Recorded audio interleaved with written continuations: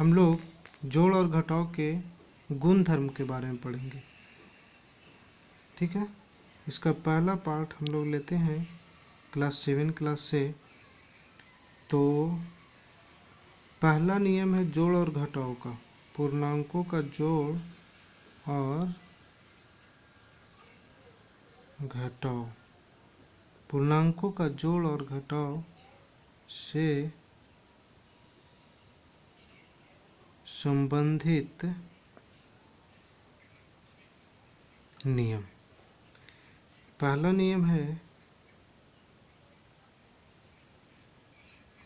निमीलन या समवृत्त का नियम।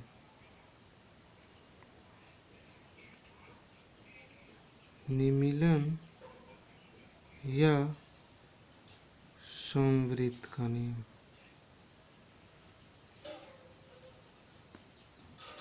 निमीलन या समवृत्त का नियम। इसे लिखना नहीं है, बस समझते चलना है इसको। निमीलन या समवृत्त का नियम क्या कहता है कि दो पूर्णांक को जोड़ेंगे या दो पूर्णांकों को घटाएंगे तो यदि हमको पूर्णांक संख्या मिलती है, दो पूर्णांकों को जोड़ने पर या दो पूर्णांकों को घटाने पर, दो पूर्णांकों को जोड़ने पर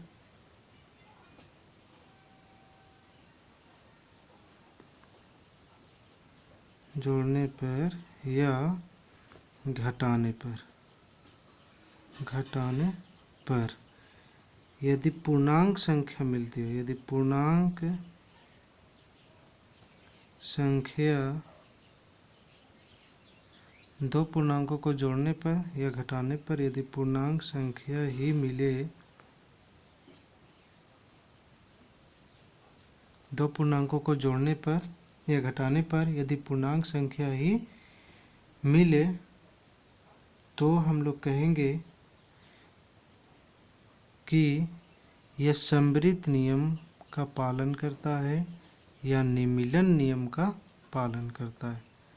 ठीक है, पहला नियम यही है, निमीलन नियम, कि यदि दो पूर्णांकों को जोड़ते हैं या घटाते हैं तो यदि दो पूर्णांकों को जोड़ते हैं या घटाते हैं तो हम लोगों को एक पूर्णांक संख्या ही मिलती है, और वह पूर्णांक मिलने के कारण ही हम लोग कहेंगे कि पूर्णांक संख्याएं जोड़ और घटाव के अंतर्गत निमीलन या समवृत्त नियम का पालन करती है। आइए दूसरा नियम के बारे में पढ़ते हैं।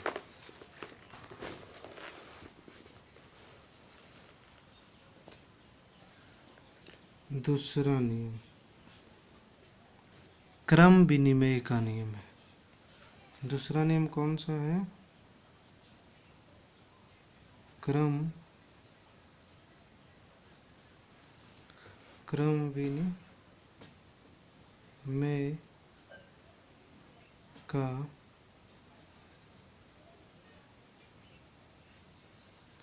क्रम विनिमय का नियम। क्रम विनिमय का नियम क्या कहता है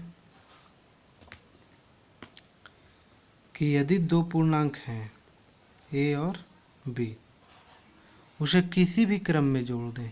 यदि दो पूर्णांक a और b है, उसे किसी भी क्रम में जोड़ दें और उसके बाद भी हमें पूर्णांक संख्या मिले, है ना, वही पूर्णांक संख्या मिले, यानी a में b को जोड़ देते हैं तो, या फिर b में a को जोड़ देते हैं तो हमें वही संख्या मिलती है ना। ये क्रम विनिमय का नियम होता है। मतलब कि यदि अगर हम लोग 4 में 5 को जोड़ दें या फिर 5 में 4 को जोड़ दें तो हमें दोनों तरफ से एक ही आंसर मिलता है। दोनों तरफ से हमें क्या होता है? एक ही आंसर मिलता है। अतः हम कह सकते हैं कि पूर्णांक जोड़ के अंतर्गत, है ना, पूर्णांक जोड़ के अंतर्गत क्रम विनिमय का नियम का पालन करता है ना। नोट में पूर्णांक संख्याएं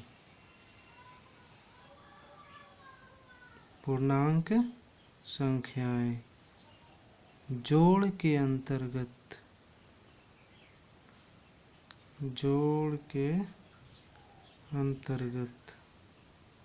क्रम विनिमय के नियम का पालन करता है, लेकिन घटाव के अंतर्गत क्रम विनिमय नियम का पालन नहीं करता है। आइए एग्जाम्पल देखते हैं। एग्जाम्पल क्या है? जैसे 4 में से हम लोग 3 घटा देते हैं, ठीक है, या फिर 3 में से हम लोग 4 घटा देते हैं। 4 में से 3 घटेगा तो 1 बचेगा, और 3 में से 4 घटेगा, ये प्लस में ये माइनस में, तो घटा देंगे, यानी कि -1 बचेगा। तो ये दोनों जो हमारा उत्तर आया वो बराबर नहीं है, दोनों उत्तर हमारा बराबर नहीं है। अतः ये क्रम विनिमय के नियम का पालन नहीं करता है ना। यह क्रम विनिमय के नियम का पालन नहीं करता है, ठीक है। आगे हम लोगों को तीसरा नियम जानना है, साहचर्य नियम।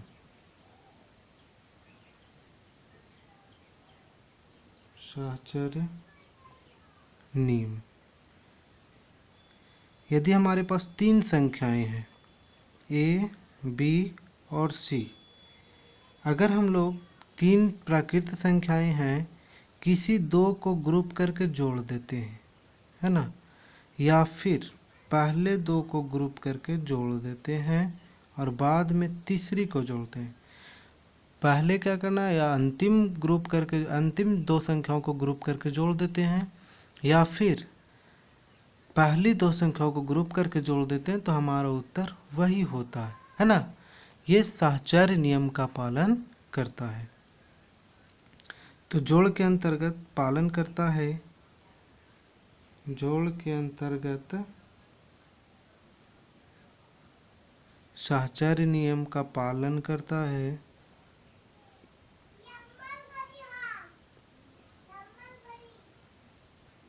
जोड़ के अंतर्गत साहचर्य नियम का पालन करता है, लेकिन घटाव के अंतर्गत नहीं करता,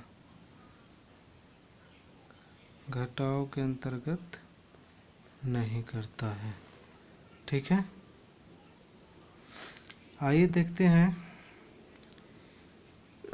एग्जाम्पल। 4 ले लेते हैं, 5 ले लेते हैं, 6 ले लेते हैं, या इधर से भी 4, 5 को ग्रुप कर लेते हैं और 6 को बाद में जोड़ते हैं।